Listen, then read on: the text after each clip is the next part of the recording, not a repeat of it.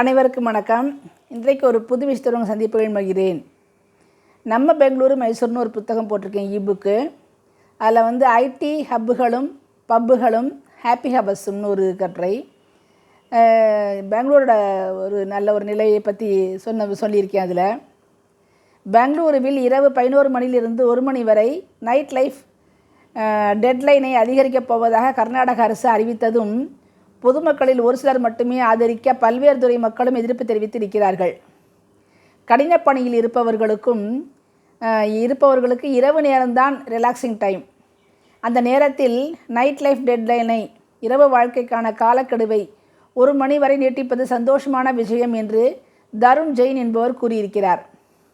நகரம் வளர்ச்சியுறும்போது அதற்கீடான நேரமும் வழங்கப்பட வேண்டும். வார இறுதி நாட்களில் ஏற்படும் அளவிறந்த கூட்டத்தில் ஷாப்பிங் செய்ய இயல்வதில்லை.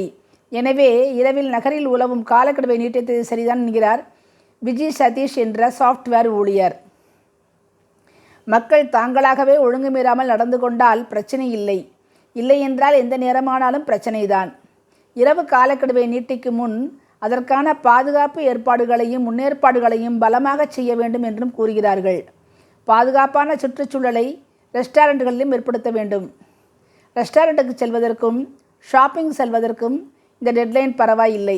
ஆனால் பாருக்கும் பப்புக்கும் இந்த கால நீட்டிப்பு தரக்கூடாது என்றும் சொல்கிறார்கள். பாதுகாவலர்களுக்கு தலைவலியை உண்டாக்கும், பெரும் சுமையையும் பொறுப்புகளையும் பணியையும் கொடுக்கும் என்கிறார்கள். காவல் நிலையங்களில் போதுமான பணியாளர்களை நியமித்த பின் சிஎம் கால நீட்டிப்பு கொடுக்கலாம் என்ற அபிப்பிராயமும் இருக்கிறது. சிறு அளவிலான மக்களை திருப்திப்படுத்த அரசு பெரும் அளவில் தொல்லைகளை வரவழைத்துக் கொள்கிறது என்கிறார்கள்.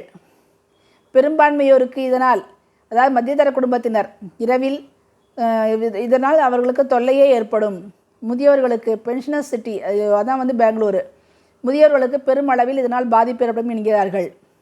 குடித்துவிட்டு வண்டி ஓட்டுதல், பொது இடங்களில் பொதுமக்களை இடையூறு செய்தல், விபத்துக்கள், பெண்களிடம் தவறாக நடந்து கொள்ளுதல், கற்பழிப்பு குற்றம், கடத்தல் ஆகியன ஏற்பட வழிகோலும் என்பதால் அரசு பெங்களூரின் அமைதிக்கு குந்தகம் ஏற்படுத்தும் இந்த மிட் நைட் எக்ஸ்டென்ஷனை மறுபரிசீலனை செய்ய வேண்டும் என்றும் சொல்கிறார்கள். வார நாட்களில் ஷாப்பிங் மால்கள், உணவகங்களுக்கும் வார இறுதி நாட்களில் சனி ஞாயிறு பார் அண்ட் பப்புகளுக்கும் நீட்டிக்கப்பட்டிருப்பதாக கூறுகிறார்கள்.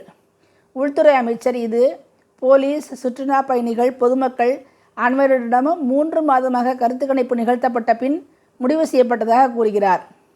பொதுமக்களின் தினசரி வாழ்வுக்கும் அமைதிக்கும் பங்கம் ஏற்படாத வகையில் இந்த நைட் லைஃப் எக்ஸ்டென்ஷன் எந்த டென்ஷனையும் ஏற்படுத்தப் போவதில்லை. நன்றி.